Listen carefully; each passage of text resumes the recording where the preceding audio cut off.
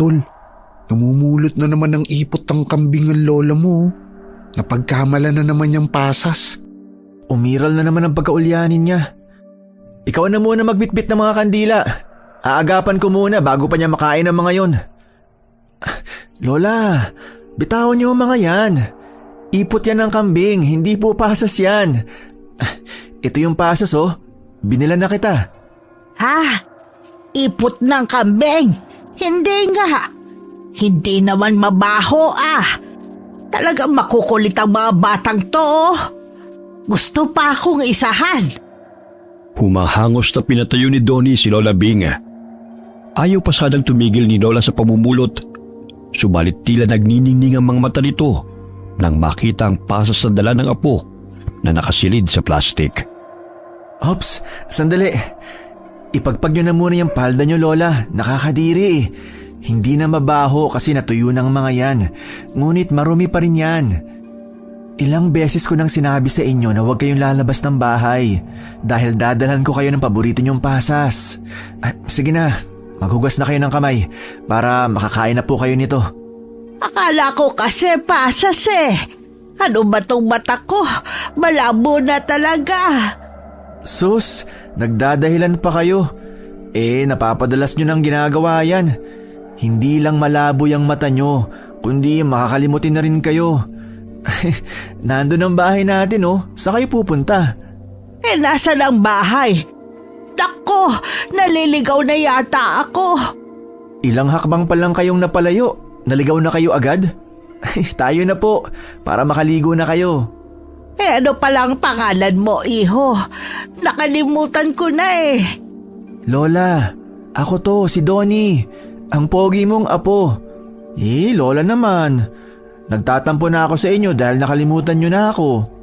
Ay, ikaw pala si Donnie. Ang laki-laki mo na. Kahapon lang parang mga 5 taong gulang ka pa lamang. Kay bilis talaga ng panahon. Pailing-iling na inalalayan ni Donnie si Lola Bing patungong banyo. Habang tumatagal ay palala ng palala ang pagiging makakalimutin nito. Mahigit na 70 taon na ang edad ni Lola. Kaya sa isipan ng binata ay normal lamang yun sa matatanda. Bagamat naging makakalimutin man si Lola, madalas naman itong naalala ang panahon ng kanyang kabataan at minsan naman ay maayos naman itong kausap. Lalo na ang pasas na paborito nito na palaging pasalubong noon ang yumao nitong asawa na si Lolo Danilo. Eto na po ang tuwalya, Lola. Sige na po, magbihis na agad kayo para makain nyo na tong dala kong pasas. Lola? Ayaw mo ba ng ubas? Sariwa po yun at makatas. Mas gusto ko yan dahil sa tuwing nakakakain ako niyan naaalala ko si Danilo. Alam mo ba, iho, na ito ang palaging dinadala sa akin ng lolo mo nung naliligaw pa siya? Maging ang pinatuyong mangga. May tindahan sila noong araw at nagkakilala kami sa palengke. Napakamahiyaan pa nun ng lolo mo.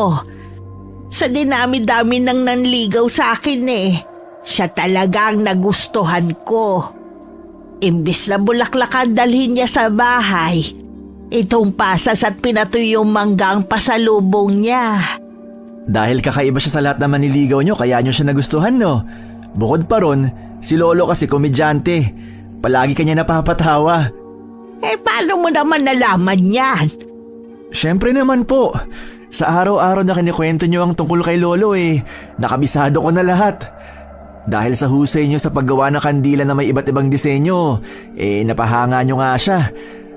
Ang pinaka-paborito niyang gawa nyo, yung may disenyo na paru-paro, di ba? Ay, nasabi ko rin yan sa'yo. Opo, La. Kaya magbihis na kayo. Ihahain ko na rin ang dala kong paksiw na bangus. Napapangisi pa si Lola habang nagbibihis. Napatingala sa dingding kung saan nakasabit ang litrato nilang mag-asawa. Wala silang anak. Bagamat nang matagpuan nila si Donnie sa kalsada na nanlilimos malapit sa pwesto nila sa simbahan, ay inalagaan na nila ito at itinuring na anak. 6 na taon lamang noon si Donnie nang iniwan ng ina sa simbahan at hindi na muling binalikan. pagtitinda ng kandila at mga halamang gamot ang naging hanap buhay ni Lola Bing sa labas ng simbahan. Nakasalukuyang hanap buhay ng kanyang apong si Donnie. Kumusta naman ang pagtitinda mo, iho? Marami bang tao sa simbahan kanina? Hindi po masyado, Lola. Matumal nga eh. Ang dami rin kasing nagtitinda. Halos nakahilera lang ang mga mesa. Kaya umuwi na lang kami ng maaga ni Bobet. Ganun ba? Bukas sasama ako sa iyo, apo. Wala naman kasi kung ginagawa rito bukod sa pakikipagkwentuhan dyan kay Maria eh. Minsan sabi niya tapos ko na raw ikwento sa kanya. At inuulit ko pa. Ay, sandali. Nandiyan na pala si Bobet. Tol, biglaan ang order ni Ginang Santiago para daw sa birthday ng anak niya. Kaso nga lang 3 araw na lang gaganapin na ang pagdiriwang. Ilang pirasong kandila bang ipapagawa niya? Mga 100 giveaways daw eh. Kaso nga lang may disenyong evil eye. Kaya ba natin to? Patingin nga. Kaya yan. May hulmahan naman tayo dyan na ginamit natin sa disenyo ng dahong kandila. At may mga pangkulay pa naman akong asul at pula na katulad sa disenyong yan. Ikaw ang bahala, malikhain ka naman eh. Iti-text ko na bang tatanggapin na natin to? Sige, sisimulan na natin mamaya. Sayang din yan eh. Para bukas, transparent box na lang ang bibili natin na paglalagyan yan. Ayun, na-text ko na. Umpisa pa lang to ng maramihan nating order. Dapat gandahan natin para marami tayong magiging customer. Matumal pa naman ang bentahan sa simbahan ngayon. Napakunot no si Lola nang makita ang larawan. Muli niyang inilapag yon sa mesa at may kinuha sa luma niyang baul. Bit-bit niya ang isang kwintas at ipinakita yon sa kanyang apo. Ang nasa larawang yan ay katulad nitong pendant sa kwintas ko na masamang mata. Aanhin niyo ba ang larawang yan, ha? Ito po ay gagawin naming scented candle, Lola. Ipinapagawa po para sa kaarawan bilang giveaway. Ganun ba? Kakaiba naman ang ipinapagawang kandila. Napakamapamahiin at naniniwala sa masamang mata na nagdudulot ng proteksyon sa kanya. Anong proteksyon, Lola? Akala ko nga malademonyo ang evil eye na yan eh. Kaya nag-aalinlangan akong tanggapin ang order ni Ginang Santiago kanina. Hindi direktang nauugnay sa satanismo o nagmula sa demonyo ang masamang mata o evil eye. Sa halip ito'y isang paniniwala na may mga tao o bagay na may kakayahan magdulot ng masama sa pamamagitan ng tingin o intensyon. Kapag nagkaroon ka ng positibong evil eye, naging proteksyon ito mula sa masasamang tao. Bumabalik sa may masamang hangarin ng kanilang ginagawa o makapagbigay ng sakit o anumang di ka nais-nais na pangyayari. Paano kung negatibong evil eye, Lola? 2 klase ang evil eye. Makakapagbigay ng swerte o di kaya'y kapahamakan. Kaya dapat mag-ingat kayo sa natatanggap ninyo. Dahil may ibang masamang mata na humihigop ng positibong enerhiya ng tao na siyang magdudulot ng kamalasan sa buhay. Nakakatakot naman yan. Yung kwintas mo, Lola, malas ba yan o swerte? Syempre swerte ito. Minana ko pa to sa lola ko eh. Naging swerte nga ako kay Danilo. Kahit hindi kami nabiyayaan ng anak, dumating sa buhay namin si Donnie. Ang sweet nyo naman, Lola. Parang maiiyak ako ah. Suot mo na ito. Nang sa gayon swertehin at maprotektahan ka nito sa masasama. Salamat, Lola. Kahit wala naman ang kwintas na to, napakaswerte ko dahil minahal niyo ako ni Lolo. Sayang nga lang dahil pumanaw na siya at hindi na natin siya nakakasama. Hindi magtatagal magkakasama din kami ng lolo mo. Kaya mag-iingat ka palagi, mahal kong apo. Si Lola naman ayoko po marinig yan. Aabot ka pa po ng 100 taon. Oo nga pala, Lola. Makakakuha ka pa ng 1,000 kay Mayor pag nagkaganon. Totoo ba yan? Naku naman, marami na tayong mabibili niyan mga apo. Sana naman makarating ako sa edad na 100 para marami na tayong pera. Ang saya-saya mo talagang kasama, Lola Bing. Siya nga pala, uuwi na muna ako. Maliligo lang ako at maghahapunan, tapos babalik ako rito. Para naman maumpisahan na natin ang order ni Ginang Santiago. Mula pagkabatay matalik na magkaibigan na sina Donnie at Bobet. Magkapatid na ang kanilang turingan. Kaya't magkasama na sila sa paggawa at pagbibenta ng kandila na itinuro sa kanila ni Lola Bing. Bukod sa paggawa ng kandila, ay may kakayahan din si Lola sa panggagamot. Yun nga lang yung naging ulyanin at makakalimutin na.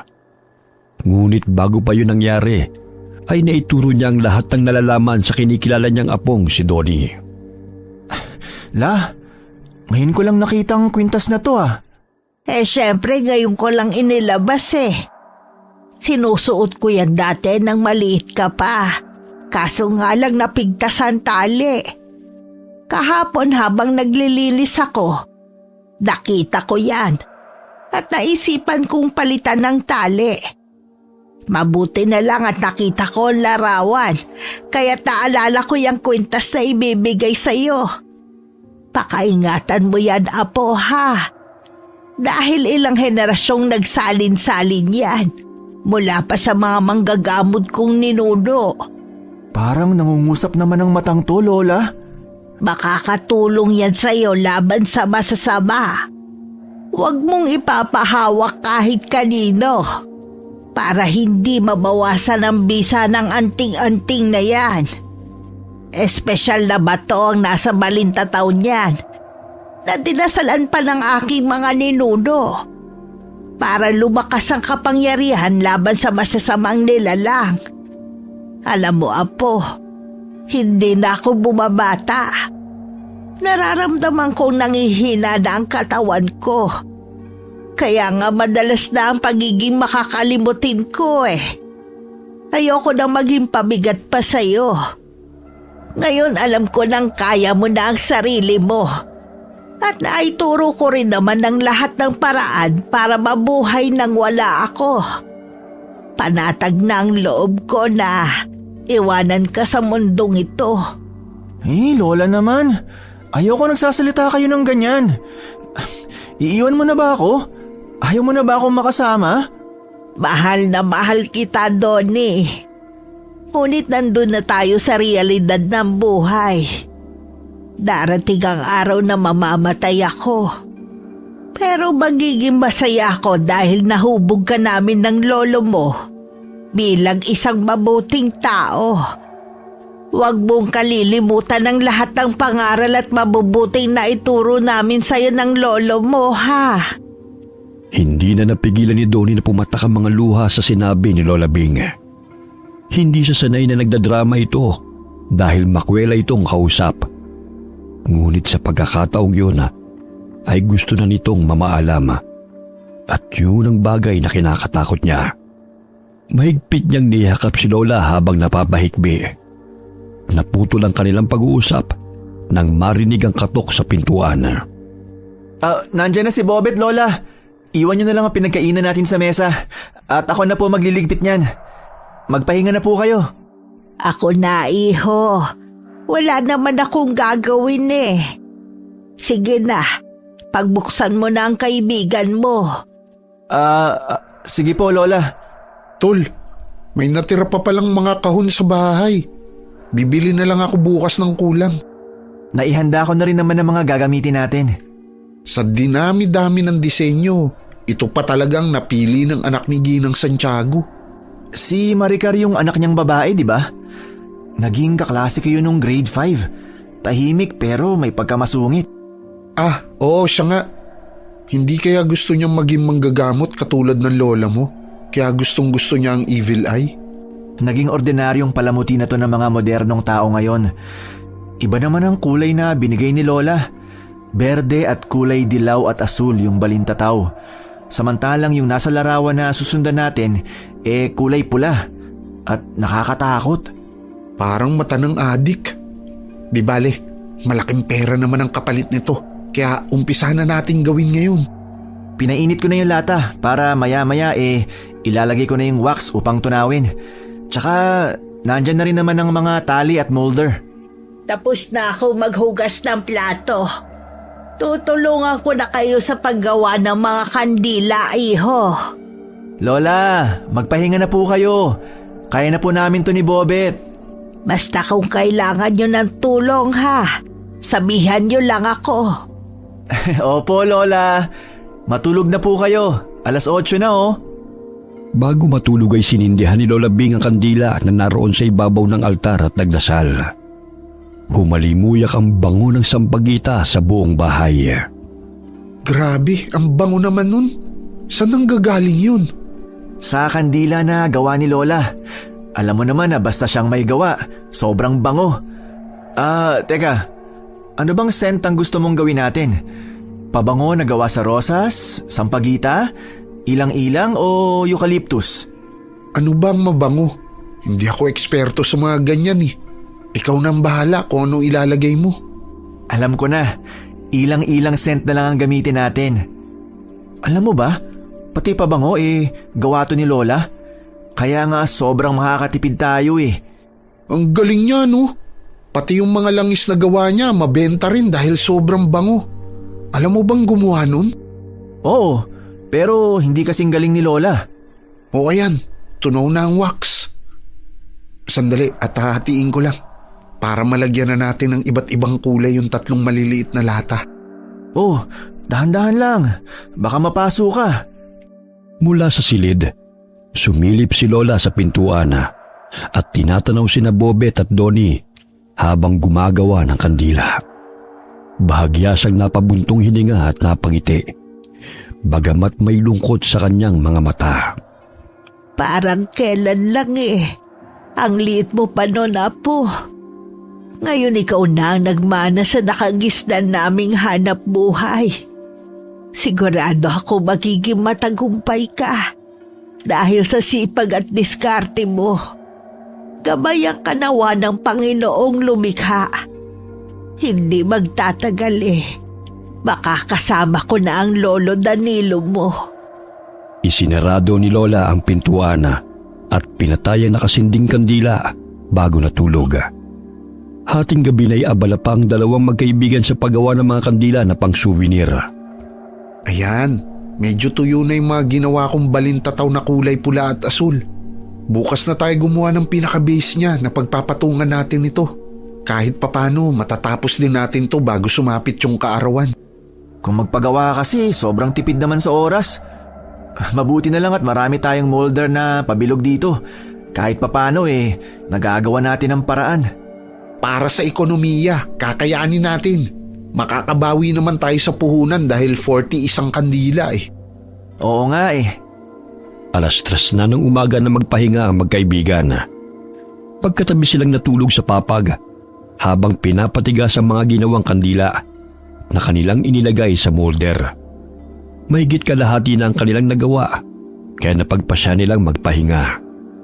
Nagising si Lola Bing at tumambad sa kanyang paningin ang nakanganga at naglalaway na 2 bata. Ay nako, bakit dito natulog ang mga to? Baka pagkape na nga lang. Ang daming kandila palang nagawa ng mga batang to Kakaibang disenyo na masamang mata to. Pambihirang obra, nakakamangha. Aray! Ano ba yan? Ang bigat-bigat naman ng paa mo, Bobet. Oh, iho. Gising ka na pala. Gusto mo bang ipagtimpla kita ng kape, ha? Magandang umaga po, Lola. Sige po. Ang ganda at ang bango ng mga kandila. Sino ang nakaisip ng disenyong masamang mata na yan? Order po ito ng customer, Lola. Ginaya lang namin yung nasa larawan. Ganun ba? Matapos nyo magawa lahat ng yan uusalan ko muna ng orasyon, ha? Sa gayon positibong enerhiya ang matatanggap ng mga taong makakakuha niyan. Nararamdaman ko kasi na Tila may masamang enerhiya na pumapaloob sa nagpapagawa niyan eh. Ay, ganun po ba, Lola? Oo. Gisingin mo na nga yung kaibigan mo. Nakakarindi ang lakas ng hilik niya eh. Tanghali na naglalaway pa. 3:00 na po kasi kami nakatulog. Mamaya matatapos na namin ang lahat ng to para bukas handa nang isilid sa mga kahon at i-deliver. Matapos mag-agahan, agad na nagsimula muli ang magkaibigan sa paggawa ng mga kandila. Tinulungan sila ni Lola Bing, kaya napabilis silang natapos. Tol, tingnan mo si Lola, parang may saltik. Parang kinakausap niya yung mga kandila oh. Inuusalan niya yan ng orasyon para bigyan ng positibong enerhiya ang kandila. Alam mo naman si Lola, mapamahiin. Akala ko kung ano na. Ay, malapit na natin makumpleto ang 100 kandila. 20 na lang ang patutuyuin para matapos na ang lahat. Ayan. Naorasyonan ko na ang mga kandila at isinilid sa kahon. Wala na kayong poproblemahin. Lola, salamat sa tulong niyo ah. Wow, ang gaganda naman po ng pagkakatali ng laso. Siyempre naman, kinalakihan ko na ang gawain ito eh. Oo nga po. Baka bukas ng hapon po ma-deliver na namin to ni Bobet. Makakabili na rin tayo ng lechong manok at ng paborito niyong pasas, Lola. Marami na tayong pera, Apo. Makakatikim na rin ulit ako ng lechong manok. Ayan, konting kembot na lang at matutuyo na rin yung panghuling mga kandila. Lola, bakit ang saya mo yata? Sino ba naman ang hindi sasaya kung makakakain ng lechong manok, ha? Ikaw, hindi ka ba matutuwa? Ay, oo nga naman no. Tama ka, Lola. Makakabili na rin tayo sa wakas ng lechong manok. Sa ngayon magtiis na muna tayo sa daing, ha? Hindi pa bayad ang mga kandila, di ba? Bukas po, Lola. Matapos na ma-deliver namin to. Kinabukasan, 4:00 ng hapon dinala ng magkaibigan ng mga inorder na kandila sa bahay ni Naginang Santiago. Napamangha sila sa disenyo ng hardin nang pinapasok sila ng katulong. Nag-iisang babaeng anak lamang si Maricar sa 3 magkakapatid. Kaya lahat ng kahilingan nito sa mga magulang ay nasusunod. Grabe naman. Trending na talaga ang evil eye na yan. Tingnan mo oh. Namumula pa yung nakalagay sa gitna ng ginawang entablado. Para bang nakakakilabot? Ang importante, natapos natin na maaga tong mga pang-giveaway. Mababayaran na tayo. Yan na ba mga in-order ni Mami? Magandang hapon. Eto na yung mga kandila. Ang ganda! Nakuha niyo ang gusto ko. Maraming salamat. Pakilapag na lang sa mesa ang kahon. Tsaka ito pala ang bayad kasama na dyan ang tip niyong 2. Aba, swerte nga ah. Sige, mauna na kami. Happy birthday na lang sa'yo, Ma'am Maricar. Masayang inilabas ang dalaga ang mga souvenirs sa kahon. Napalingon pa ang 2 magkaibigan sa entablado sa ginagawa ng ilang kalalakihan. Ang yaman pala nito, Tol. Noon parang normal lang naman ang pamumuhay nila, hindi ba? Sa public school lang naman nag-aaral noon si Maricar, di ba? Hindi malabong mangyari yun kapag masipag magtrabaho. Tsaka nasa ibang bansa na dati yung tatay niya. Kaya tuloy-tuloy ang pag-asenso nila. Oo nga no. Sana umasenso rin tayo sa paggawa ng mga kandila. Ay, mangyayari yan. Basta masipag lang tayo. Nakakapagod man pero kailangan nating magtiyaga para sa mga pangarap natin. Kailangan pa nating makapag-ipon para makapag-aral sa kolehiyo. Maiba ko, Tol. Malaki ang pinagkaiba ng itsura ni Maricar ngayon. Noon kahit may pagkamasungit, disente pa rin siya tingnan. Ngayon kulay itim ang guhit ng mga mata. Kahit yung mga burloloy sa katawan. Siguro rakista na siya ngayon. Maangas na. Bago natin makalimutan, bibili pa tayo ng lechong manok. Yari tayo kay Lola Bing pag wala tayong dala. Ano ba? Siyempre hindi kayo nakakalimutan. Sabik na ako makakain ulit ng lechong manok, no? Ang tagal din nating hindi nakakain nun eh. Kasi yung kita natin, sapat lang pambili ng bigas at murang ulam. Kaya ngayon magpakabusog tayo. Walang pagsidlan ng tuwa si Lola nang maihain sa kanyang harapan ang litsyong manok at mga prutas. Pumapalakpak pa siya na animoy batang nasisiyahan. Ang bango-bango naman ng litsyong manok. Kumain na tayo mga bata. Magpakabusog ka po, Lola. Dahil minsan lang tayo nakakabili nito. Sana naman may susunod pa. Mauna ka nang kumuha, Lola.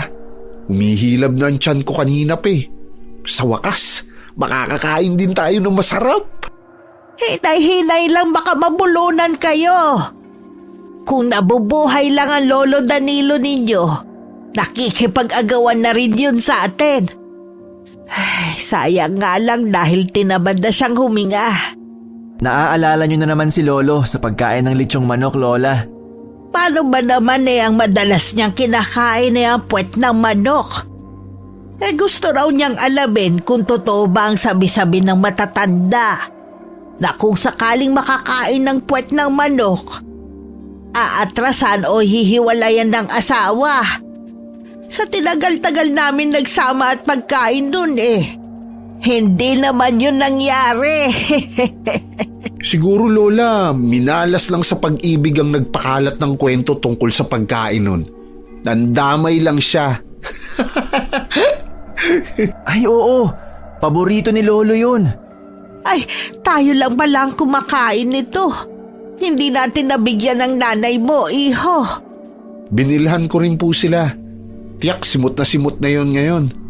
Dahil 8 kaming magkakapatid, pati siguro buto walang natira para sa mga aso. Kaya damihan mo ang kain ngayon. Dahil bukas, balik daeng na naman tayo. O di kaya sardinas. Ewan ko ba sa mga kapatid kong yan? Imbis na tumulong dahil hindi na nag-aaral, pagbubulak-bulang inaatupag. Wala namang mapapala sa pag-iinom ng alak. Palaging walang pera kapag humihingi si nanay. Pero may pambili naman ng alak. Mabuti nga't hindi ka tumulad sa kanila. Gutom ang aabuti mo kung tatamad-tamad ka sa panahon ngayon. Ewan ko sa kanila. Hindi na naawa kina nanay at tatay. Matanda na pero sila pa ang nagtitinda ng balot para may ipakain sa mga batugan kong kapatid. Kaya nga mas gugustuhin ko pang nandito kaysa umuwi sa bahay. Puro na lang kasi bulyawan ang naririnig ko ron. Ang tatamad kasi. Mabuti na lang nagmana ka sa kasipagan namin ni Lola. Oo nga naman. Hayaan mo na ang mga kapatid mo. Matatauhan din yon kapag wala nang makain. Doon na madalas namamalagi si Bobet kapag nagtatampo siya sa kanyang mga kapatid. Kulang na lamang dalhin niya ang lahat ng damit sa bahay ni Donnie at doon na manirahan na. Naging panatag at masaya siya sa tuwing kasama sina Lola Bing at ang kaibigan. Grabe! Busog na busog ako! Ay, mamaya na tayo matulog. Baka hindi tayo matunawan Bukas babalik na naman tayo sa pwesto natin para magtinda ng mga kandila. Linggo bukas. Kaya sana marami-rami ang kita. Gumawa rin tayo ng scented candle para maiba sa paningin at pang-amoy ng mamimili. Natitiyak kong tatangkilikin nila ang mga gawa natin. Oo nga. Matagal na rin kasing hindi nakakagawa si Lola ng may disenyo Nagagawa na rin naman natin sa ngayon Muling gumawa ng mga kandila ang magkaibigan. Ginamit ni Donnie ang langis na pabango na ginawa pa ni Lola. Lingid sa kanyang kaalaman na ang mga langis na yun ay pangontra sa masasamang elemento na may mabangong halimuyak na mga bulaklak. Tol, tingnan mo. Kumikinang ang balintataw sa pendant ng kwintas mo. Dahil siguro sa refleksyon ng apoy yan. Hindi Tingnan mo. Parang umiikot-ikot yung balintataw. Ay, oo nga. Bakit kaya nagkakaganito? Baka naman may nakikita yung multo sa paligid. O di kaya masasamang nilalang katulad ng mga aswang. Makaaswang ka naman? Ano naman ang gagawin niya rito sa bahay? Wala namang buntis. Tsaka kung kakainin niya tayo, tiyak matetetano yun. Sa payat ba naman natin? Matutusok lang ang lalamunan nun ng mga buto natin. Pero bakit kaya nagkakaganyan yan? Huwag mong hawakan. Pagmasdan mo lang kasi. Tinapik ni Donnie ang kamay ng kaibigan na muntik nang mahawakan ng kanyang kwintas. Sapagkat sinusunod lamang niya ang paalala ni Lola na bawal ipahawak ito kahit na kanino. Hating gabi nang matulog ang magkaibigan. Kinabukasan, nagising sila ng 7:00 ng umaga. Ngunit hindi pa nila nakikitang lumabas ang silid si Lola Bing. Nakakapanibagong tulog pa si Lola. Araw-araw yung maagang nagigising upang magkape. Sandali nga, sisilipin ko sa kanyang silid. Oo nga eh. Baka naman sumama ang pakiramdam. Maayos naman ang kalagayan niya bago matulog Oh, nandiyan pa ba si Lola sa kwarto niya? Bobet, tingnan mo. Mahimbing pa rin siyang natutulog. Ngunit diretso ang katawan niya habang yakap ang larawan ni Lolo. Kinakabahang nilapitan ng binata ang papag kung saan nakahiga si Lola Bing. Hinawakan niya ang kamay nito upang gisingin. Palakas ng palakas ang kabog ng kanyang dibdib nang maramdaman na malamig na ang mga palad ni Lola at hindi na ito humihinga. Lola! Gumising ka! 7:00 na! Tol, anong nangyayari? Bakit umiiyak ka na riyan? Tol! Hindi na humihinga si Lola! Halika nga! Pakiramdaman mo! Baka naman nagkakamali lang ako! Ano? Baka naman tinamad lang siyang huminga. Sandali at yuyugyugin ko. Hindi kaya sumama na siya kay Lolo Danilo? Saan naman sila pupunta? Ang tanda na nila para magtanan. Baliw! Hindi yan ang ibig ko sabihin. Kundi sumama na siya sa kabilang mundo. Patay na si Lola. At malamig na siyang bangkay. Ha? Patay na si Lola? Ako, Lola Bing, gumising po kayo. Sana hindi na lang kami bumili ng lechong manok. Yun na palang masaya at huling hapunan mo. Lola naman, huwag mo naman kaming iwan. Bobet, dalhin na natin siya sa ospital. Baka naman maagapan pa ng doktor at nakatulog lang si Lola. Patay na siya, Tol. Hindi na siya humihinga. Nakakatakot kung magising ang patay dahil magiging amaranhig na yun. Ano na gagawin natin? Di tumawag sa morgue. Pambira naman si Lola. Iniwan na tayo. Umiiyak na nakaupo si Donnie sa harapan ni Lola Bing habang hawak-hawak nito ang kamay ni Lola. Salamat, Lola, sa lahat ng pagmamahal na binigay niyo ni Lolo Danilo sa akin. Hindi niyo man ako kadugo pero pinaramdam niyo ang pagmamahal na pinagkait ng sarili kong mga magulang. Hindi ko po makakalimutan ang lahat ng pangaral at mga tinuro niyo. Mahal na mahal ko po kayo. Tol, dumating na ang mga embalsamador. Kukunin na nila ang labi ni Lola. Sige, papasukin mo na sila. Huwag ka nang umiyak. Matanda na si Lola. Mabuti nga, hindi na siya naghirap pa bago mamatay. Natulog lang siya ng mahimbing. Madalas na siya nagpapaalam sa akin eh. Minsan sinasabi niya na nakikita na niyang sinusundo na siya ni Lolo. Pero ayaw pa niyang sumama dahil hindi pa raw siyang handang iwan ako. Naaalala mo ba nung araw na ibinigay niya ang kwintas sa'yo? Tsaka yung nakita nating umilaw ang pendant nun. Yun na siguro ang hudyat na handa na siyang iwanan ka dahil naipamana na niya sa iyo yung kwintas na yan. Minsan gumagana rin pala ang utak mo, Bobet. Yun din ang naisip ko eh. May lumang kwaderno sa ibabaw ng mesa. Tingnan mo nga yun. May sangkap ng halamang gamot na ginagawa ni Lolang nakasulat dito. At mga orasyon pangontra sa masasamang elemento. Yan lang ba talagang naipamana ni Lola sa'yo? Maghalungkat ka pa. Malay mo lihim palang milyonaryo si Lola at may titulo ng lupa na nakaipit sa mga papel na yan. Ikaw talaga, sa kaka-cellphone mo yan eh. Sige, manood ka pa ng mga K-drama. Paano naman magiging milyonaryo si Lola? Mula pa pagkabata, pagtitinda na ng kandilang kabuhayan namin. Ay, oo nga pala. sorry. Isang linggo ring ibinurol si Lola sa kanilang bahay. Tanging sina Donnie at malalapit na kakilala nila ang nakiramay. Sapagkat hindi kilala ng binata kung sino-sino ang mga kapatid at kaanak ni Lola. Ang alam lamang niya ay nakatira si Lola sa Palawan at sumama kay Lolo sa Visayas nang sila'y magsama bilang mag-asawa. Mabuti na lang talaga at inampung ka ni na Lola. Nakakalungkot kasing isipin na walang mag-aasikaso sa labi niya kung nagkataong namatay siya na wala ka. Kung hindi nila ako inampon, siguro nagpalaboy-laboy na ako sa kalsada at napahamak na ako. Tol, tingnan mo. Parang umiikot-ikot na naman yung balintataw sa kwintas mo. Ano na naman kaya ang nangyayari kapag nagkakaganyan? Trip lang siguro ng mata na magpaikot-ikot kapag nasisilaw. Nakatuon kasi rito ang ilaw ng motorsiklo ni Mang Kaloy. Hindi kaya lumalakas ang kapangyarihan ng anting-anting na yan? Dahil kabilugan ng buwan? Tingnan mo. Tsaka, diba sa tuwing kabilugan ng buwan, naglalabasan ng masasamang elemento at mga aswang?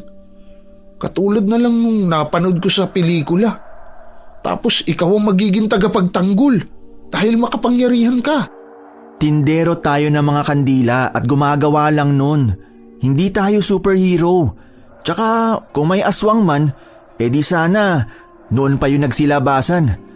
Manggagamot si Lola Bing. Ngunit ni isang aswang wala pa akong nakitang nakalaban niya. Tanging nanggagamot lamang siya ng mga sakit na pinapadapo ng mga itim na elemento tulad ng duwende at kapre. Pero ni isa, wala pa akong nakita. Malamang sarado pa yung ikatlo mong mata. Malay mo, dahil nasa iyo na ang anting-anting ni Lola, bumukas yan at makakapunta ka sa ibang dimensyon. Grabe naman ang imahinasyon mo. Nasobran ka na yata sa kape, kaya kung ano-ano na ang iniisip mo. Matulog ka na nga. Maaga pa tayo bukas para asikasuhin ang libing ni Lola. Hindi pa ako inaantok eh. Ikaw yung matulog dahil ilang araw ka nang hindi nagpapahinga. Sigurado kang okay lang sa'yo na umidlip ako? Baka naman matutulog ka rin. Hindi pa naman pwedeng iwanan na walang bantay si Lola. Maglalaro kami ng bingo ng mga pinsan ko. Kami na magbabantay dito. Magpahinga ka na. Nangingitim na yung palibot ng mga mata mo. Mamaya mapagkamalang ka pang aswang. Tarantado ka talaga. Sige na nga. Magpapahinga na muna ako. Alauna na pala. Humiga sa mahabang upuan na gawa sa kawayan si Donnie at unti-unting napapikit. Naririnig pa niya ang tawanan ni Bobet sa tuwing sinisigaw ang numero na nakukuha sa bote. Ilang sandali pa'y tuluyan na siyang nakatulog. Bakit ang dilim? Nasaan na kaya ako? Bobet? Lola? Nasaan na kayo? Ayun, may tao. Parang humihingi ng tulong. Na paano kaya siya? Tulong! Tulungan mo ako! Ano nangyari sa'yo? Bakit duguan niya mga mata mo? Tsaka wala ka ng mga balintataw. Tulungan mo ako! Ang babae! Siya gumawa nito sa akin! Papatayin niya ako! Maging ikaw! Bakit? Anong kasalanan mo at bakit nagawa niya yan sa'yo? Kampo siya ng dyablo! Kinukuha niya ang mga balintataw upang makapagbigay ng swerte sa kanya at ginagawang palamuti. Kinakain rin niya ang laman loob ng kanyang magiging biktima. Kaya't kung may pagkakataon ka makatakas, tumakbo ka na! Huwag ka magpapahuli sa kanya! Nasaan na siya? At anong lugar to? Umalis ka na! Palapit na siya! Nadidinig ko na ang tunog ng mga patalim niya! Walang aalis. May isa pa akong pares ng mga mata na magiging palamuti. Lumayo ka sa akin! Huwag mong tanggalin ang mga mata ko! Donnie! Gising! Pakiusap! Gising! Huwag mo akong Tol, patayin! gumising ka! Binabangungot ka yata! Malakas na sinampal ni Bobet ang kaibigan, kaya't bigla itong nahimasmasan. Takot na itinulak ni Donnie ang kaibigan habang hinihingal. Tol, ako to si Bobet. Para namang nakakita ka ng multo Panaginip lang pala yun. Akala ko totoo na. Bakit? Ano bang napanaginipan mo? Yung babae, sinaksak niya ako ng patalim sa mata. Pilit niya kinukuha ang mga balintataw ko. Pagod lang yan. Oh, itong tubig. Uminom ka muna. Parang totoo talaga. Duguan ang mukha ng babae at mabalasik ang anyo nito habang dinudukot ang mata ko. Panaginip lang yan, kaya malabong magkatotoo. Magpahinga ka na nga lang ulit para naman dalawin ka ng magandang panaginip. Nagsindi na lamang ng kandila si Donnie na gawa sa aroma ng sampagita. Humalimuyak yon sa kabuuan ng bahay at nakakapagpakalma ng isipan. Ayoko nang matulog. Magkakape na lang ako. May mainit na arroz caldo na niluto si nanay. Baka gusto mong kumain, ikukuha kita. Sige, salamat tol. Oh, ito na. Umuusok-usok pa. Para magising yung natutulog mong diwa. Pambihirang panaginip yun Hanggang ngayon, bumabalik pa rin sa aking mga balintatawang nakakasindak na anyo ng babae. Hindi kaya masamang pangitain yun? Ikatok mo na lang yan sa kahoy para hindi mangyari. Hindi na siya nakatulog hanggang sumikat ang araw. Nag-ayos na lamang sila dahil 9:00 ng umaga gaganapin ang libing ni Lola. Nagtulungan ang kanilang mga kapitbahay upang mailibing ng matiwasay si Lola Bing na napamahal na rin sa kanila. Tol, tingnan mo. Kahit hindi natin kakilala, dumalo sa libing ni Lola. Iilan sa kanila kilala ni Lola at nagamot niya ng libre. Kaya nga marami talaga nagmamahal kay Lola Bing. Mamaya na lang ako uuwi. Dito muna ako. Ayoko pang iwan si Lola. Alangan namang iwan kita. Siyempre sasamahan kita sa sementeryo. Mamaya ano pang maisipan mong gawin? Loko-loko. Ayoko lang muna umuwi. Namimiss ko na si Lola Si nanay at ang mga kapatid ko na ang bahala sa pagbibigay ng mga tinapay sa mga dumalo sa libing. Sasamahan na muna kita rito. Malungkot na ngayon ang bahay sa tuwing uuwi ako. Wala nang sasalubong sa akin at kakain ng pasas na dala ko. Kahit nahirap sila sa buhay, kinupkup nila ako ni Lolo Danilo at pinag-aral. Utang na loob ko sa kanila ang buhay ko ngayon. Hindi na sayang ang paghihirap nila dahil sinuklian mo naman sila ng pagmamahal. Mas maswerte ka nga kaysa sa akin dahil hindi napuno ang tenga mo ng sigawan at mga bulyawan. Samantalang ako, araw-araw nagigising sa ingay ng mga kapatid ko na batugan. Madalas pang nag-aaway sa pagkain na hindi naman sila ang bumibili. Parang kargo ko ang mga walang hiyang yun. Ginawa pa akong gatasan dahil ako ang may trabaho. Hayaan mong tumayo sila sa sarili nilang mga paa. Mag-ipon ka dahil hindi habang buhay malakas ka. Tapos kung ikaw itong nangangailangan, wala ka namang silbi sa kanila. Kaya nga nagsuntukan kami nung 1 linggo. Di ko lang pinaalam sa'yo. Sumusobra na Akalain mo kinuha na naman ng perang itinago ko sa aparador? Buti na lang hindi pa yun yung naipong ko. Kinita lang natin yun nung 1 araw. Ako na nagpapakain sa kanila. Nagawa pa akong nakawan. Palibhasa puro barkada at bisyong inaatupag Sabihan mong tulungan tayo sa paggawa ng kandila para naman lumago ang negosyo natin. Pera lang ang gusto nila. Ayaw nilang magbanat ng buto. Mga walang silbi sa lipunan. Nagsiuwian na ang mga tao. Ngunit nanatili sila sa sementeryo at patuloy na nag-usap hanggang sa may lumapit na matandang lalaki at nakipagkwentuhan sa kanila. Mga bata, hindi pa ba kayo uuwi? Wala lang tao rito sa sementeryo bukod sa ating 3. Mamaya pa ho kami uuwi, Manong. Ayaw pang umuwi nitong kaibigan ko Nagluluksa pa sa pagpanaw ni Lola. Gusto pa niyang dumito muna kami. Ganun ba? Napakabango naman yung kandila ninyo. Ay, oho. Sa katunayan, kami po ang may gawa nito. Gumagawa po kami at nagtitinda ng kandila. Naparito ko dahil naamoy ko kasi yan. Batid kong dito nanggagaling ang mabangong amoy kaya tinignan ko kung ano. Gusto nyo, dalahan namin kayo sa susunod na dalaw namin kay Lola. Mukhang may dinalaw ka rin yata, Manong. Oo. Dinalaw kong aking anak na si Paco. Kakalibing lang niya nung 1 linggo eh. Ano pong ikinamatay niya? Natagpuan siya sa talahiban na walang buhay. Ang masama pa'y dinukot ang kanyang mga mata. Hindi naman pagnanakaw ang motibo na may gawa nun sa kanya. Dahil naroon pa ang kinita niya mula sa paglalako ng mani at chicharon. Dinukot ang kanyang mga mata? Totoo ba yan, Manong? Oo. Wala pa ngang balita tungkol sa kaso ng anak ko eh. Maging ang mga kapulisan nahihirapan kung sino may gawa nun sa kanya. May litrato ka ba ng anak mo, Manong? Sandali lang.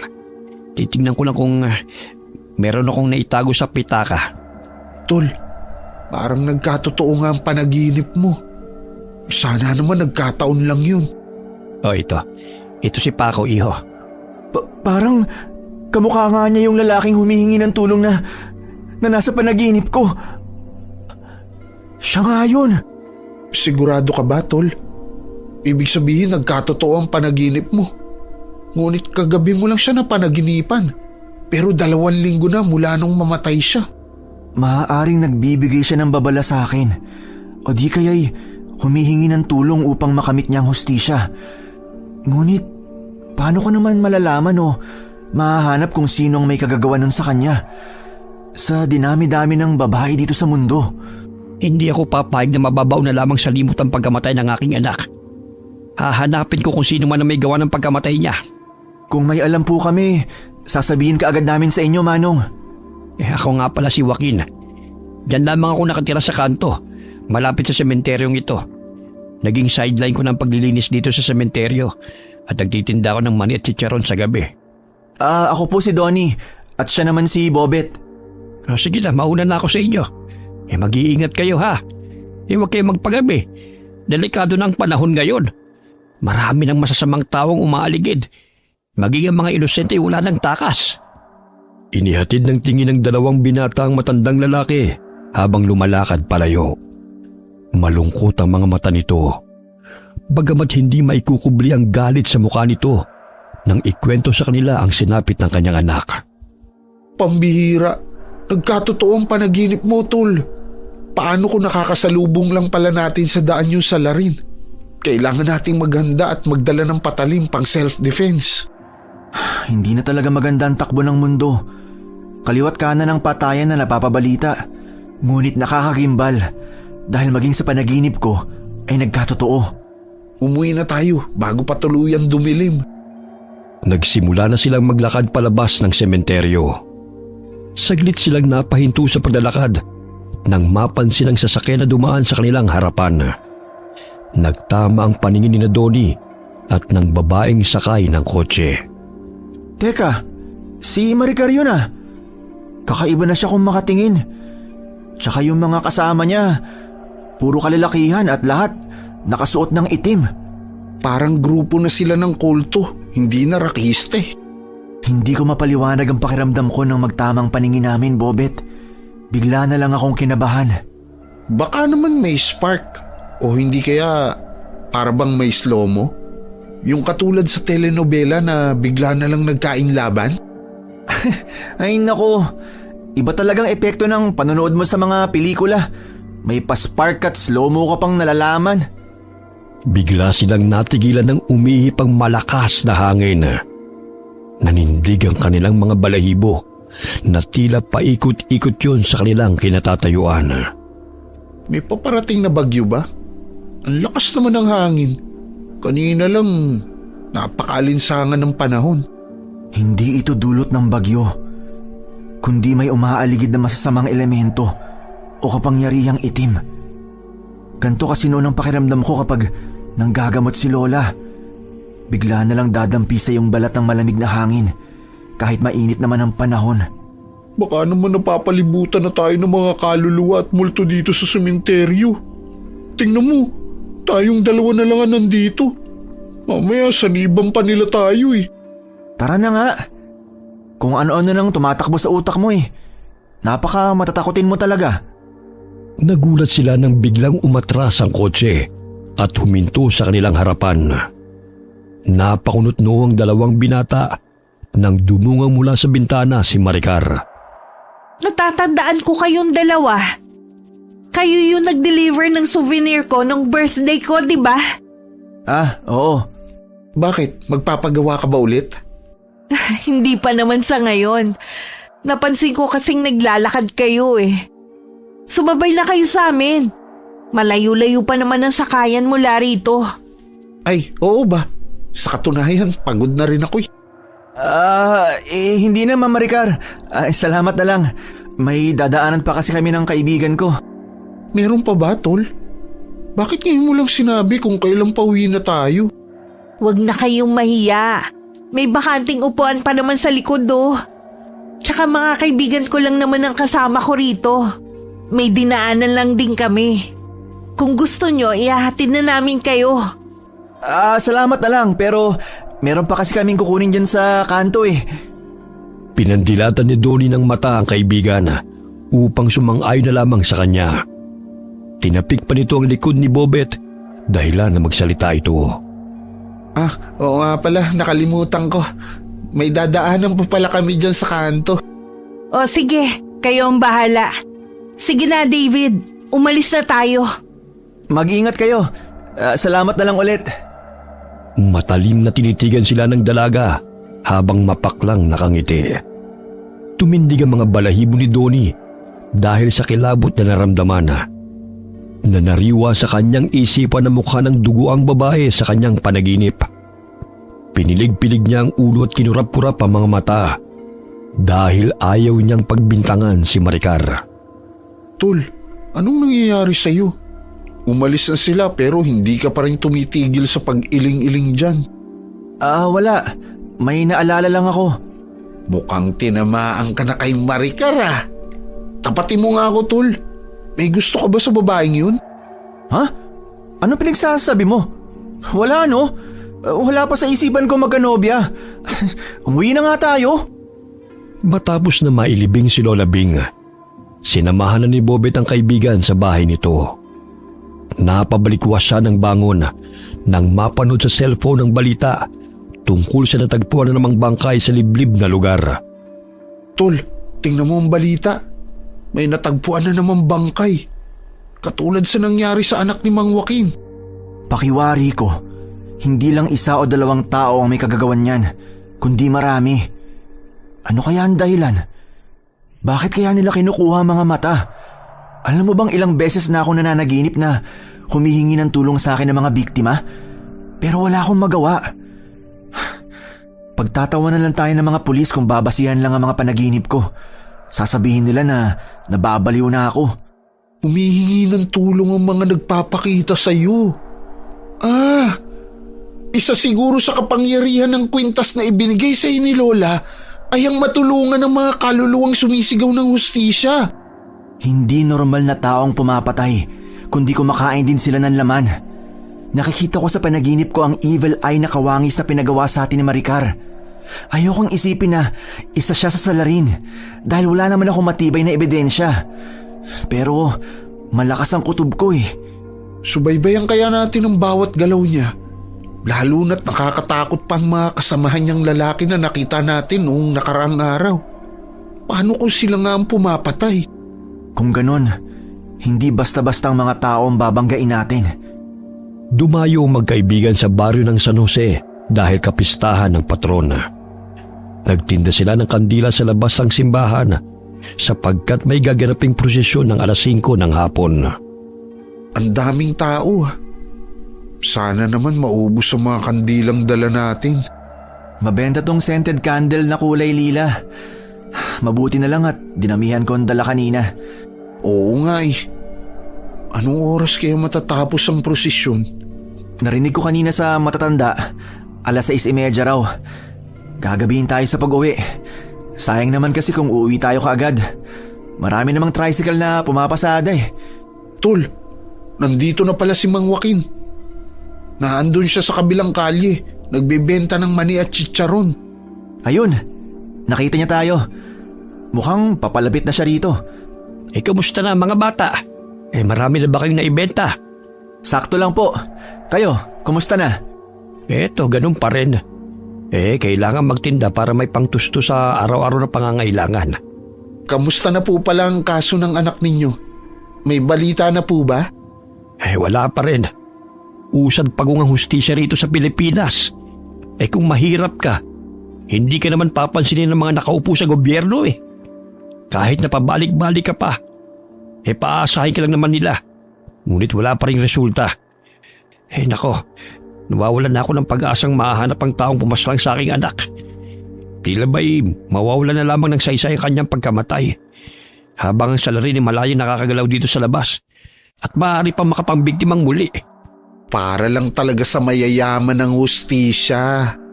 Noong isang araw ay may natagpo na namang bangkay malapit sa barangay namin Itinapos sa damuhan kung saan wala masyadong dumadaan.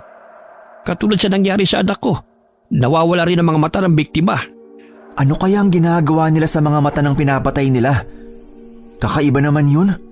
Baka binibenta sa mga mayayamang bulag. Ang masakla pa, tila hinalukoy pa ang laman loob ng mga biktima. Baka aswang ang may gawa. Tol, napanood mo ba yung pelikulang Scarecrow? Tapos nangunguha ng mga mata para lumiwanag ang paningin niya sa dilim. Naku, baka ganun yun. Meron na dito sa Pinas. Aswang, tikbalang, duwende ang meron dito. Isama mo pa ang mga adik. Kung sino man sila, masasabi kong walang kapatawaran ang ginawa nila. Naputol ang kanilang pag-uusap nang may bumili sa kanila. Marami ng tao dahil magsisimula na ang prosesyon. Paubos na rin ang paninda ni Mang Joaquin, kaya nanatili ito sa pwesto ng 2 binata at nakipagkwentuhan. Matapos ang prosesyon ay napagpasya na nilang umuwi dahil wala na rin namang bumibili ng kandila. 8:00 na pala. Ililigpit ko lang mga gamit natin para makauwi na tayo. May natira pang mga kandila. Ilalagay ko na lang to sa bag. Sumabay na kayo sa akin. Nandun lang yung tricycle ko Akala ko bisikleta ang dala nyo, Mang Joaquin. Sige po, sasabay na po kami sa inyo. Marami-rami kasi ang dala kong balot at chicharon mahirap kung sa bisikleta ko ilalagay. Kailangan ko magtrabaho dahil malilit pa ang aking mga apo na naiwan ng namatay kong anak. Yung asawa niya kasi hindi pa makapagtrabaho dahil kapapanganak lang din. Sobrang naaawa nga ako sa naiwang mag-iina ni Paco. Basta po may tiyaga, may nilaga. Makakamit nyo rin po ang hustisya sa pagkamatay ng anak nyo. Bitbit ko na lahat ng mga gamit. Mabuti na lang at magaang at maliit lang ang folding table na dala natin. Sumakay na kayo sa tricycle para makaalis na tayo. May alam akong shortcut na daan para mabilis tayo makakauwi. Ihahatid ko na rin kayo sa inyong tinitirhan. Maraming salamat po, Mang Joaquin. Oh, Bobet, wala ka na bang nakalimutan? Wala na. Maliit na silya at mesa na lang ang dala natin. Tsaka nandito na sa bag ko yung maliit na arenola na pinaglagyan natin ng benta. Palitan mo na nga yan. Kinakalawang na Ayoko nga. Swerte to sa atin Tsaka ito na lang ang alaala ko kay Lolo. Ibinigay niya sa akin bago siya namatay. Tara na nga. Hinihintay na tayo ni Mang Joaquin sa tricycle. Binagtas nila ang daan pauwi. Lumiko si Mang Joaquin sa bandang kanan at doon dumaan sa shortcut na dinaanan niya nang tumungo siya sa baryo ng San Jose.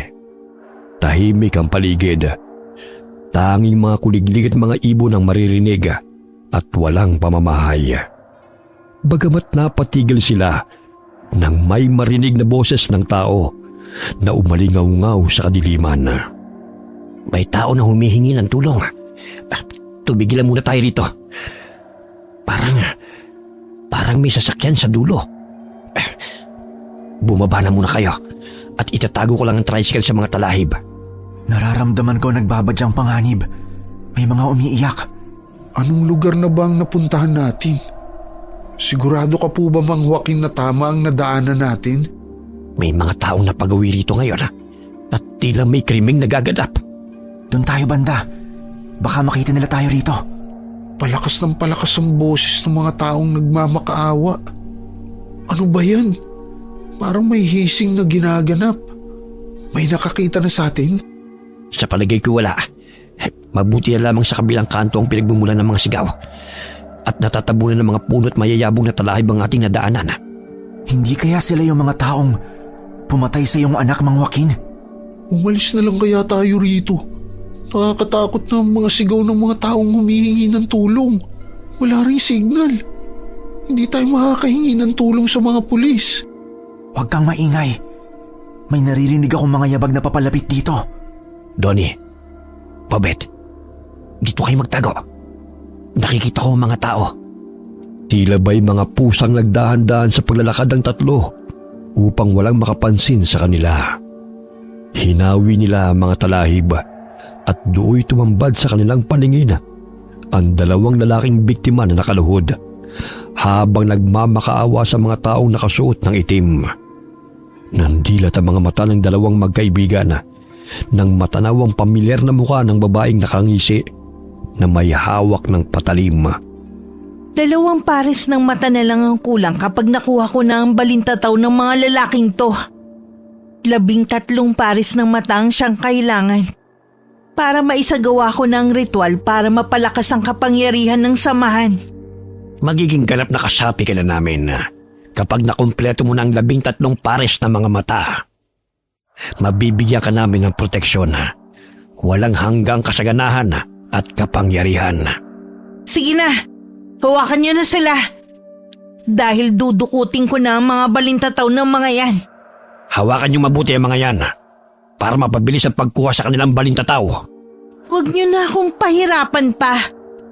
Hindi ko naman kagustuhan na saktan kayo. Pero kailangan ko tong gawin para sa ritual na gaganapin. Gustong sugurin ni Mang Joaquin ang mga kalalakihang nagpapahirap sa dalawang biktima. Subalit pinigilan siya ni Donnie dahil maaari din silang mapahamak. Mang Joaquin, hindi tayo maaaring sumugod ng walang sandata. Sigurado ako may mga baril sila at mga patalim. Kailangan natin maghanap ng mga bagay na maaari nating panlaban sa kanila. Teka, may bato akong nakapa. Pwede na to. Maghahanap ako ng sanga ng kahoy. Puwisit ng babaeng yun. Dudukutin na talaga niya yung mga mata ng lalaki, oh. Sandali at ihahagis ko tong bato sa kanya. Napatigil ang babae sa pagsaksak sa kanyang biktima nang tamaan ng bato ang kanyang braso. Sino yun? Buiset, may tao! Sige, hanapin niyo! Mapupurnada pa ang misyon ko! Tatamaan ko siya. Kaso nga lang, alam na nila na may ibang tao bukod sa kanila. Kailangan na natin tumakbo. Doon tayo sa malaking puno ng mangga. Naririnig ko na mga yabag na mga taong paparating.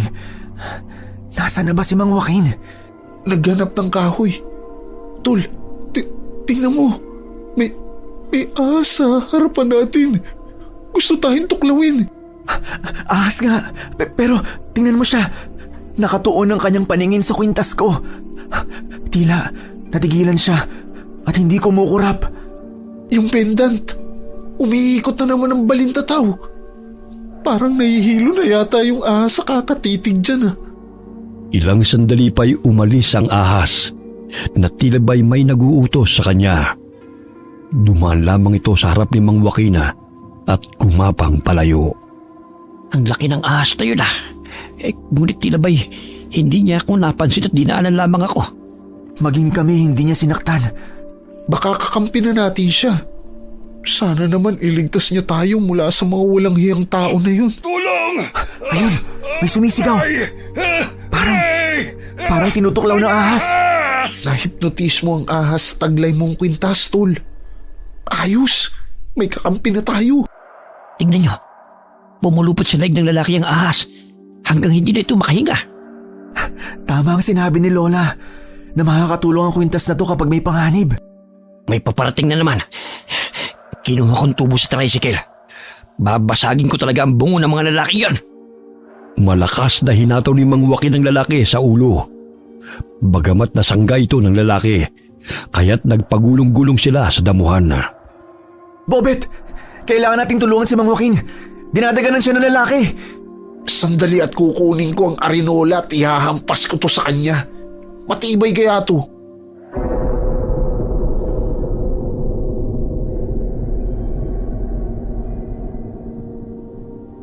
Alam kong kayo ang pumatay sa aking anak. Mga walang hiya kayo. Nandamay pa kayo ng mga inosenteng tao. Para lamang may sa katuparan ng walang kabuluhan yung misyon. Mga demonyo kayo! Maging ikaw ay papatayin ko. Pati ang dila mo'y dudukmutin ko. Sa gayon ay tumahimik ka. Ikaw ang tumahimik. Bitiwan mo si Mang Joaquin, tarantado ka! Malakas na hinataw ni Bobet gamit ang arinola ang ulo ng lalaki ng paulit-ulit. Sumasalpok ito sa ulo ng lalaki, ngunit tila hindi ito nakakaramdam ng sakit. Ang tigas ng ulo mo, ha? Tigilan mo Alam yung mo, bunggong! Mas matibay pa ang arinolang to kaysa sa bungo mo. Kahit pagtulungan niyo pa, hindi niyo ako mapapatay! Wow! Ani pa. Hindi pa nayuyupi, oh. Talaga lang ha? Bubutasin ko yung leg mo, hayop ka! Matira matibay. Tingnan natin kung sinong unang masisira. Yang pagmumukha mo o itong arinola na ipinamana pa sa akin ng lolo ko.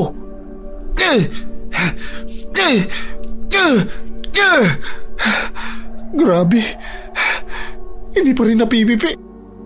Naaaliw na pinupukpok ni Bobet ang ulo ng lalaki. Ngunit bigla siyang natigilan nang mapansin ang namumula nitong mga mata at kumulubot ang balat sa mukha. Akala mo ba matatakot mo ako sa mukha mong yan? Uy, kanina ka pa pangit! Tinitiis mo lang ang sakit kaya namumuo na yung dugo sa mata mo. Kaya namumula yan. Walang iya ka? Huwag kang tumigil sa ginagawa mo, Bobet! Dali, sasaksak ko ang tubo sa leg ng animal na ito! Baka tsempo lang ako. Pagbubuhol-bulin ko yung mga bitukan ninyong dalawa. Tinadyakan ni Bobet ang lalaki, dahilan para matumba ito. Tinulungan niyang makatayo si Mang Joaquin at muli nilang sinugod ang lalaking nagmistulang aswang. Inilagay niya sa ulo ng lalaki ang arinola at paulit-ulit na hinataw ni Mang Joaquin ang tubo ang katawan ng kalaban hanggang sa unti-unti itong manghina. Kahit patayin ko man kayong lahat, hindi nyo na may babalik ang buhay ng aking anak. Ngunit mapipigilan ko naman kayo sa inyong mga kasamaan. Nandilat ang mga mata ni Bobet nang itarak ng matanda ang tubo sa leeg ng kalaban. Pilit itong tumatayo, subalit paulit-ulit na ibinabaon yun ng matandang lalaki sa katawan nito. Tingnan mo bang Joaquin? Parang nangingitim yung mukha niya. Aswang nga ba siya? Hindi ko alam. Ngayon lamang ako nakasagupan ng ganitong nilalang. Tila ba parang itim na engkanto na ang itsura niya, oh? Kakaibang nilalang naman ang napatay natin. Kung hindi magawang mabigyan ng hustisya ng alagad ng batas ang pagkamatay ni Paco, ako mismong papatay sa mga pumaslang sa kanya. Nasaan na si Donnie? Hindi ko na siya nakikita. Baka nahuli na siya ng mga kalaban. Hanapin po natin, Mang Joaquin. Magkasama silang nagkubli sa mga talahib at hinanap si Donnie. Namangha si Bobet nang mapansin na may katamtamang laki ng ahas ang lumapit sa kaibigan.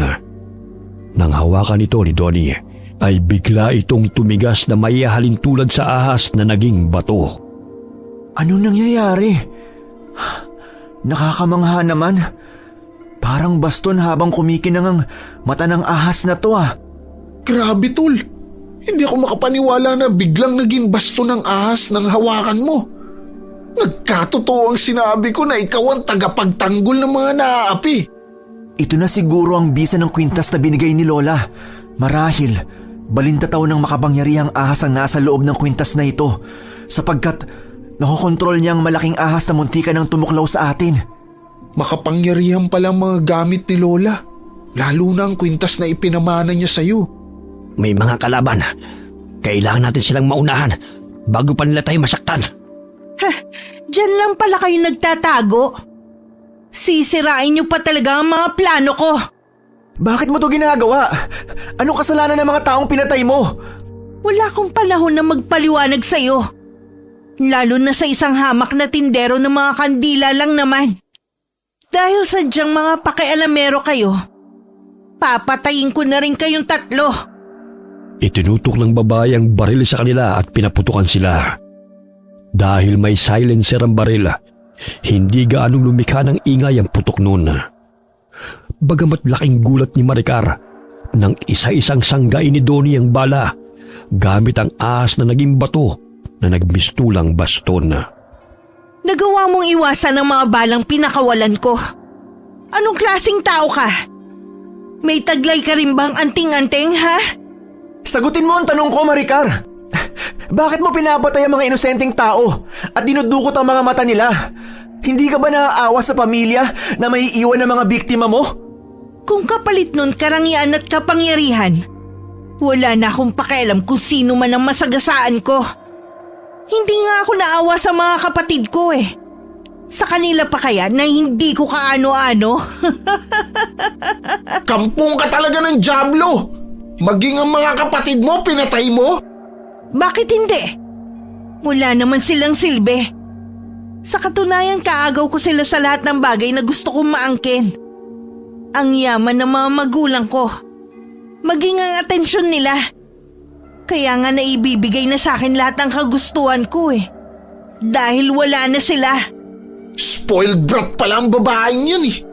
Ngayon kayo naman ang papatayin ko at iaalay ko sa Diyos namin ang mga puso nyo! Hindi na normal na tao ang itsura ng mga lalaking kasama niya. Unti-unti na nagbabago. Mga aswang sila, Mang Joaquin, at miyembro rin ng kulto. Sa palagay ko, marami pa silang nire-recruit ng mga kabataan para gumawa ng krimen. Maging si Maricar ay biktima ng mga walang hiyang aswang na yan. Hinambalos ni Mang Joaquin ang tubo ang kamay ni Maricar dahilan na mabitiwan nito ang baril. Nanlilisik ang mga mata ng babae ng sinugod ng matanda at buong lakas na inundayan nito ng saksak sa tagiliran. Nadaplisan sa braso si Mang Joaquin, ngunit pinilipit niya ang kamay ng dalaga dahilan na mabitiwan nitong muli ang patalim. Bitiwan niyo ako! Puwisit kang matanda ka! Nagpauto ka talaga sa mga demonyong yan. Ginagamit lamang nila kayong mga kabataan upang maging kriminal.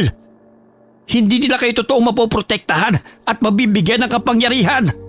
Tumahimik ka, tanda! Wala kang alam! Tudukutin ko yung mga mata mo! Nang sa ganun matapos nang sila sa gawa naming ritual para magkaroon na ng walang hanggang buhay at kapangyarihan. Ulul! Nek-nek mo, Maricar! Batukan pa kita dyan eh. Mang Joaquin! Ilag! Ibinato ni Donnie ang ahas na naging bato sa lalaking muntik ng sumakmal kay Mang Joaquin. Tinamaan ito sa noo at tila binabare na ang bungo nito hanggang sa lumusot sa likod nito. Anong klaseng sandata yan? Nabutas ang ulo ng kasama ko. Tigilan niyo na, mawalang iya kayo! Napakalakas ng batong ahas na yan ah. Talaga makapangyarihan ng kwintas ni Lola. Habang nagniningning ang balintataw sa kwintas, ay siya ring pagkinang ng mata ng ahas na bato. Ibig sabihin, napakalakas na magagamot pala ni Lola Bing. Habang tumatagal, marami tayong natutuklasang kapangyarihan na nilalabas ng kwintas. Pambihira. Parang naging superhero si Donnie habang sinusugod ang mga walang hiyang aswang na yun. Kailangan kong makaalis rito. Sinira ng mga hayop na to ang plano ko. Ayun ang baril. Kailangan kong makuha ulit yun. Biglang tumayo si Maricar at siniko sa mukha si Mang Joaquin. Dahilan na mabitiwan siya nito. Dali-dali nitong kinuha ang baril at itinutok sa ulo ni Bobet habang nakayapos ang isang braso nito sa leeg ng binata. Oo, mag-unos dili ka, Maricar. Huwag mo kong patayin. Maawa ka sa akin. Sige, lumapit kayo. Hindi ako magdadalawang isip na pasabugin ang bungo ng lalaking to.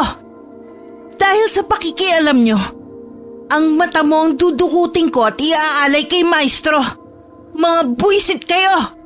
Aray! Aray! Nasasakal ako! Bitiwan mo ang kaibigan ko! Nahihibang ka na ba? Kapahamakan na naghihintay sa'yo, hindi swerte.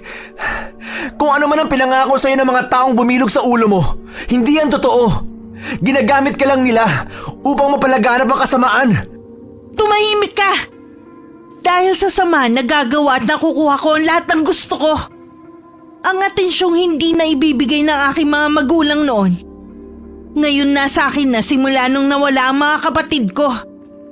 Ang gusto ko lang ngayon ang kapangyarihan at walang hanggang buhay. Matatapos na sana ang ritual. Kung hindi dahil sa pakikialam nyo. Sige, lakad! Mapuntang kotse! Dahan-dahan naman, Maricar. Lumalagotok na ang buto ko sa lego. Babaliin ko talaga ang leg mo kung hindi ka susunod sa sinasabi ko. Donnie, Mang Joaquin, tulungan niyo ako sa bruhang babae na to. Ayoko pa mamatay. Nag-alinlangang lumapit si Donnie upang iligtas ang kaibigan sapagkat nanilisik ang mga mata ng babae habang nakatingin sa kanila. Konting pagkakamali lamang niya ay makakalabit na nito ang gatilyo at natitiyak niyang sabog ang bungo ng kaibigan. Pag-usapan natin to, Maricar. May panahon pa para ituwid mo ang pagkakamali mo. Marahil, nadala ka lang sa matindi mong puot kaya napapahig ka ng mga taong yan na sumama sa grupo nila. Alam ko na hindi ka masamang tao. Hoy! Huwag mo nga akong utuin dahil hindi ako naniniwala sa mga sasabihin mo. Wala kang may tutulong sa akin. Aray? Aray naman! Mababali naman ang buto ko sa ginagawa mong yung babae ka eh. Tumahimik ka. Pag nairita ko sa'yo, pasasabugin ko na tong bungo mo. Dahan-dahan naman kasi ang pagkaladkad sa akin. Pasok sa kotse. Pinagbuksan ng isang lalaki si Maricar at pumasok na rin sa kotse. Ilang sandali pa'y pinandar na nito ang sasakyan, tangay si Bobet. Kailangan kong iligtas si Bobet mula sa babaeng yun. Nasisiguro kong papatayin niya ang kaibigan ko dahil lang sa walang kwentang ritual na pinagsasabi niya. Ang sakit ng ilong ko. Ang lakas din niya, iho. Dumudugo yung ilong mo, Mang Joaquin.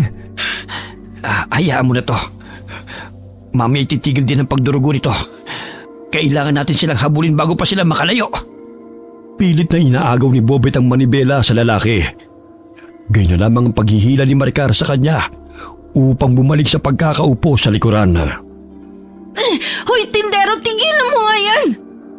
Gusto mo talaga mamatay kami, ha? Kung papatayin niyo lang din naman ako, mas mabuti pang mamatay na tayong lahat. Walang matitira. Tingnan na lang natin kung gagana yung sinasabi mong walang hanggang buhay na yan. Kasi pare-pareho tayong madidisgrasya. Walang iya ka talaga. Ikaw lang ang dapat na mamatay, hindi ako. Ano kayo siniswerte? Nek-nek mo! Hindi na napigilan ng binata ang maghurmentado. Maging si Maricar hindi na makontrol ang bihag sa pagwawala. Kaya muli niyang itinutok ang baril sa ulo ng binata at kinalabit. Ngunit nagulat siya nang mawala na ito ng bala. Ano? Naubusan ka na ng bala? Naku, pag siniswerte ka nga naman. Paano ba yan? Hindi mo na ako mapapatay. Yun ang akala mo. Dudukutin ko pa rin yung mga mata mo. Baliw ka, adik, spoiled brat. Buisit kang babae ka. Ang mata mo ang dudukutin ko kung hindi ka tumigil dyan. Papatayin kita. Pati ang kaibigan mo pumatay sa mga kasamahan ko. Mula sa salamin ay palipat-lipat ang tingin ng lalaki nagmamaneho kina Maricar at Bobet na nag-aagawan sa patalim. Nakumpirma ni Bobet na miyembro ng kulto ang mga kalalakihan. Maging si Maricar dahil sa tattoo ng mga ito sa leeg na baliktarang trianggulo na may mata sa loob. Napasulyap ang binata mula sa likod ng kotse at naaninaw niyang sumesenya si Donnie. Kaya't malakas niyang itinulak si Maricar palayo sa kanyang katawan at napalukip-kip sa gilid ng kotse. Malakas na binato ni Donnie ang ahas na naging bato patungo sa sasakyan. Wari lumilipad ito sa ere at tumama sa salamin at lumusot sa ulo ng driver. Ano nangyari? Sino may gawa niyan? O ano ha?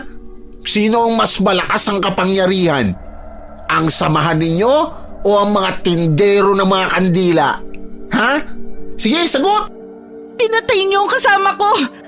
Anong klaseng mga tao kayo, ha? Anong grupo ang kinabibilangan niyo? Bakit ang lakas niyo? Lalo na isang kasama mong tindero. Nagmula kami sa angkan ng mga malulupit na mga mangkukulam. Kaya ngayon pa lang matakot ka na dahil babalutin ko ng kandila yung buong katawan mo. Mga malulupit na mangkukulam. Kaya pala hindi kayo natatakot sa amin. Oh, bakit parang ikaw na ang natatakot? Huwag ka mag-alala.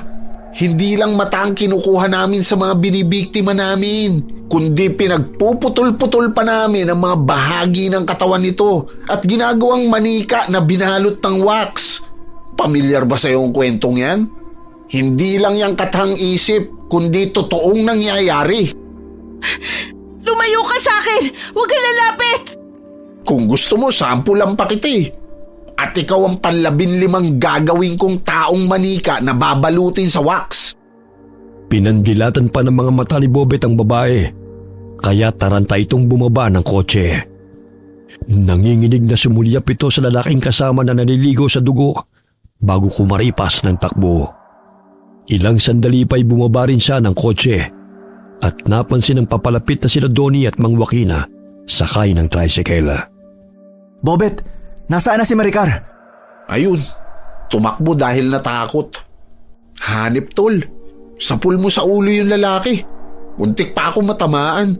Mabuti na lang nakailag ako ng mabilis. May mga kasamahan pa silang nagtatago sa paligid. Batid ko mas lalakas pa sila pagsapit ng hating gabi at malapit na ang oras na yon.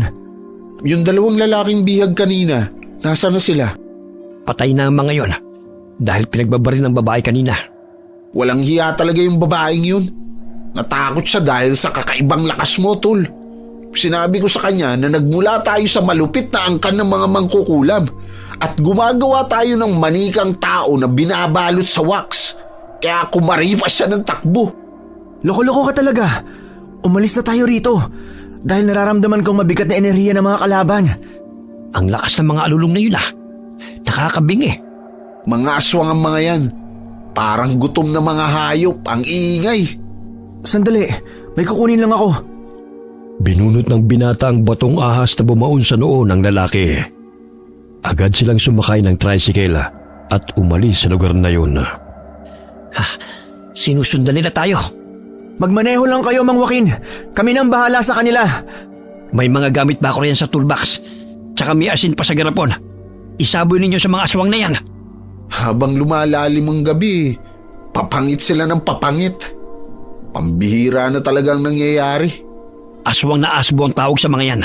Nagpapalit ang anyo bilang malalaking aso. Naglipa na talagang kasamaan sa mundo.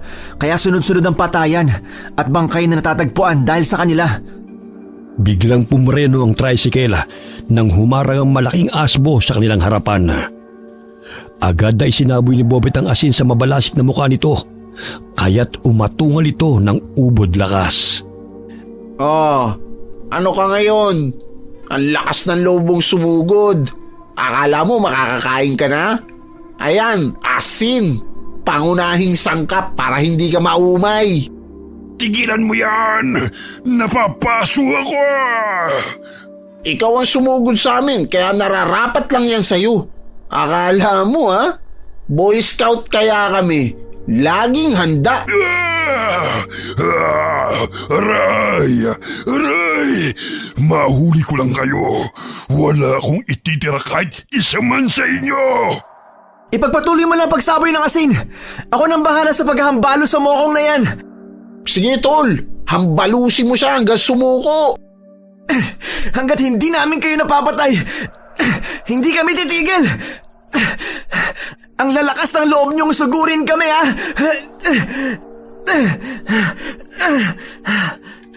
Kinuha ni Bobet ang fly sa toolbox at inipit ang tenga ng aswang na sumusugod sa kanila. May 2 pang aswang na nakipagbuno sa kanila, kaya isa-isang nilabanan ni Mang Joaquin at Donnie ang 2 aswang na papalapit sa kanilang kinaroroonan. Ayaw mo talagang tumigil,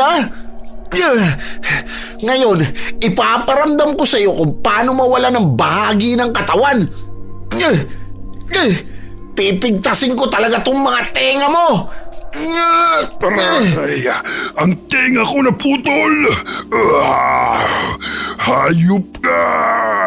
Hoy, ikaw ang mukhang hayop. Kahit na itabi mo pa yung mukha mo sa akin. Paulit-ulit na sinaksak ni Bobet gamit ng screwdriver ang mata ng aswang hanggang sa sumirit ang dugo nito at pumalahaw sa sakit. Dahil hindi makakita ang kalaban, buong lakas niyang itinarak sa bandang dibdib nito ang screwdriver na binudbura niya ng asin. Pasuray-suray na napatras ang kalabang aswang bago bumulagta sa lupa. Oh, nasa ang angas mo ngayon? Bago nyo kami mapatay, uunahan muna namin kayo. Bobet! Sa likod mo! Ilag! Ayaw mo makipaglaban sa kaibigan ko tapos dito ka pupunta sa akin? Paborito nyo talaga ako saktan? Mga walang hiya kayo, ha? Harangan mo siya! Gusto pa talagang tumakas, ha? Umalis ka rin, bata. Anong klase mga tao kayo? Bakit tila ba hindi kayo pangkaraniwang mga nilalang? Takot ka na rin, no? Kanina, ang tapang yung saktan yung dalawang lalaking biktima. Ngayon, para kayong mga tuta na umaatras. Tumakbo si Donnie at hinambalo sa ulo ang aswang ng paulit-ulit. Pilit pa itong lumalaban, ngunit hindi nito nakayanan ng bawat pagsugod ng binata sa kanya. Iniiwasan rin nito ang liwanag na nagmumula sa balintataw ng kwintas ng binata. Animoy nahihilo ito sa tuwing napapatitig doon. Anong klaseng kwintas ang taglay ng binatang yan? Tila hinihigop nitong enerhiya ko. Mabibigyan na rin ng hustisya ang pagkamatay ng lahat ng mga pinatay nyo. Pinagdamutan nyo sila ng karapatan na makasama ang mga mahal nila sa buhay. Aray, anong klaseng tao yan hinahampas mo sa akin? Nakukuryente ako. Nararamdaman kong palakas ng palakas ang kapangyarihan na nilalabas ng kwintas. Hindi ako nahihirapan na labanan ng mga aswang na to. Nandilat ang mga mata ni Donnie nang mapansin na ang ahas na naging bato na ginagamit sa paghahambalo sa aswang ay muling nabuhay. Tinuklaw nito sa mata ang kalabang aswang at pumulupot sa leeg nito hanggang sa hindi na ito makahinga. Tingnan mo, Bobet. Kakaiba ang ahas na yan. Parang alam niyang gagawin para labanan ng mga kalaban natin. Oo nga. Teka, may mga ahas na dumadaan. Papunta sila sa kalabang aswang ni Mang Joaquin. Tingnan mo, oh. Tanging ang aswang ang tinutuklaw nila. At iniiwasan nila si Mang Joaquin. Napakahiwaga talaga ng kwintas na ipinamana sa iyo ni Lola. Naririnig mo ba yun, Bobet? May mga pumapalahaw. Di kalayuan mula rito. Parang mga atumal ng hayop katulad sa mga aswang na to. Hindi kaya sinasalakay sila ng mga ahas? Oo nga. Maging si Mang Joaquin ay napamangha dahil iniligtas sila ng mga ahas na naroon sa gubat. Hindi man lamang sila tinuklaw ng mga ito matapos na suguri ng mga aswang na kanilang kalaban. Kahit papano nabigyan din ng hustisya ang pagkamatay ng aking anak, maging ng ibang biktima. Kakaibang kwintas na taglay mo, iho. Isa yan sa anting-anting na may batong mutya na nagmula sa pinakamalakas na uri ng mga ahas. Ingatan mo yan na huwag makuha ng ibang tao dahil kung sakali makuha yan ng masasamang loob, gagamitin nila yan sa kasamaan. Opo, Mang Joaquin. Tahimik na ang paligid. Wari ko'y namatay na ang mga kalaban. Tignan nyo, tila mauubos na ang mga laman ng mga aswang sa agat ng mga ahas. Ipagbigay alam na lang natin sa kapulisan ang tungkol sa mga aswang na pinatay ng mga ahas. Ano naman ang sasabihin natin? Naniniwala ba sila sa aswang? At sa hiwaga ng makapangyarihang mutya? Bahala sila kung ayaw nilang maniwala. Halata naman na mga ahas na lumapas sa mga aswang na yun. Muling pinaandar ni Mang Joaquin ang tricycle at binagtas ang daan palabas ng gubat. Bigla siyang pumreno nang sumulpot sa kanilang harapan si Maricar at muntik nang mabangga. Yung babaeng kasama ng mga aswang, buhay pa siya at tumatakas! Hoy, Maricar! Bumalik ka rito! Saan ka pupunta? Lubayan niyo ako! Mga buwisit kayo! Akala mo makakatakas ka pa, ha? Ngayon, ikaw ang dadalhin namin sa presinto para magpaliwanag sa mga kapulisan. Akala mo, ha? Hinuli ng magkaibigan si Maricar na nooy pilit pang pumapalag. Pagdating sa presinto, pinabulaan na nito ang lahat ng akusasyon ng dalawang binata at ni Mang Joaquin. Mga sinungaling ang mga yan. Hindi ako pumatay sa 2 lalaki sa gubat. Silang 3 at ang mga taong natagpuan yung bangkay. Biktima ako rito, hindi ako ang kriminal. Hoy, Maricar, napakasinungaling mo talaga. Tingnan mo nga yung tattoo mo sa batok. Katulad sa mga aswang, mga lalaking pinatay ng mga ahas. Mabuti pa ang mga ahas marunong mangilatis kung sino ang totoong mga kriminal. Magmamaang-maangang ka pa talaga, ha? Naku sir, huwag kayong maniwala sa kanila. Gusto pa akong pagsamantalahan ng mga yan. Maniwala kayo sa akin. Pagsamantalahan ka dyan! Wala kaming pagnanasa sa'yo, no? Sinungaling ka! Maya-maya'y dumating ang umiiyak na si Ginang Santiago. Sinabi niya sa kapulisan ang natuklasan ito sa kanilang basement. Kaya't nandilat ang mga mata ni Maricar nang isiwalat ng ina na natagpuan ito ang mga matang nakasilid sa garapona at ang iba'y nilagyan pa ng kemikal upang tumigas na ginawang palamuti sa dingding. Maging ang cellphone ng 2 lalaking anak, pinaghihinalaan ng Ginang na pinatay ng sarili nitong anak na si Maricar. Ma, hindi ako may gawa nun. Yung mga lalaki at si Jeff, sila ang nagutos sa amin na pumatay. Bibigyan daw nila kami ng proteksyon at walang hanggang kapangyarihan. Maniwala ka sa akin, Ma. Umahagulgul na lamang si Ginang Santiago habang nakaharap sa anak na si Maricar. Dahil lahat ng kagustuhan at hingin nito ay binibigay niya, kaya sobrang na-spoiled ang anak hanggang sa sumama sa mga barkada at mapariwara ang buhay sa pagsanib sa grupo ng kulto na kinabibilangan ng mga aswang na siyang nambibiktima ng mga kabataan.